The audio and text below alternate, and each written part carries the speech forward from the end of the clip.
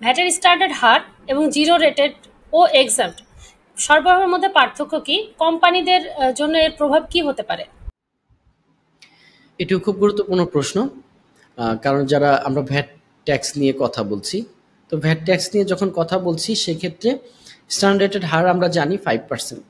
ইউইতে আমরা সংযুক্ত আরব আমিরাত নিয়ে কথা বলছি, 5% স্ট্যান্ডার্ডেড ভ্যাট, যেটা ভ্যালু এডেড ট্যাক্সটা। আবার কিছু পণ্য আছে যেগুলো আপনার জিরো রেটেড হতে পারে। একটা উদাহরণ যদি বলি, ডেজিগনেটেড জোনের ভেতরে ফ্রি জোন থেকে। আবার এক্সপোর্ট যদি করেন তাহলে এটা জিরো রেটেড হবে। ঠিক আছে? তারপরে কিছু শিক্ষা স্বাস্থ্য সেবায় এটা জিরো রেটেড হতে পারে। ঠিক আছে?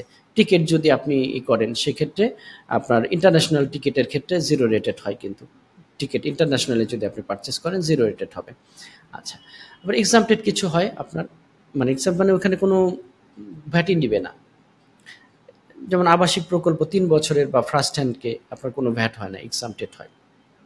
আর্থিক সেবা প্রতিষ্ঠানগুলো হতে পারে। জরুরি স্বাস্থ্যসেবা, গভর্নমেন্টের স্কুল, কলেজ, ইউনিভার্সিটি এবং সেই সাথে পাবলিক হেলথ রিলেটেড অথবা পাবলিক ওই পার্ক-টার্ক হয় যেরকম, এ ধরনের অনেক কিছু আছে। এরপরও আপনারা যে বিজনেস যিনি করেন উনি স্পেসিফিক্যালি আমাদের সাথে বসে বা ট্যাক্স কনসালটেন্টদের সাথে বসে বলবেন আমার বিজনেস এটা, এখন আমাকে আরও ক্লিয়ারলি বলেন যে কোনটা কোনটা আমার জন্য এক্সাম্পটেড, কোনটা কোনটা জিরো রেটেড, কোনটা কোনটা আপনার স্ট্যান্ডার্ড রেটেড 5% ভ্যাট দিতে হবে। তো এই হচ্ছে তিনটা, 5%, 0% এবং এক্সাম্পটেড। এটার সাথে সাথে সম্পৃক্ত একটা উত্তর আমি দিতে চাই। সেটা হচ্ছে যে ইনভয়েসের মধ্যে আপনার এটা উল্লেখ থাকতে হবে যেটা স্ট্যান্ডার্ড রেটেড কিনা, জিরো রেটেড কিনা বা এক্সাম্পটেড কিনা, ইনভয়েসিং এর ক্ষেত্রে অবশ্যই উল্লেখ রাখতে হবে। আর এক্সাম্পটেড পণ্যের বিজনেস যদি আপনি করেন 100%, তাহলে কিন্তু আপনি ওই ভ্যাট যে ইনপুট ভ্যাট এটা রিকভারি করতে পারবেন না। অর্থাৎ পারচেসের উপর বা বিভিন্ন এক্সপেন্সে যে আপনি ভ্যাট দিচ্ছেন এটা আপনি রিকভারি করতে পারবেন না।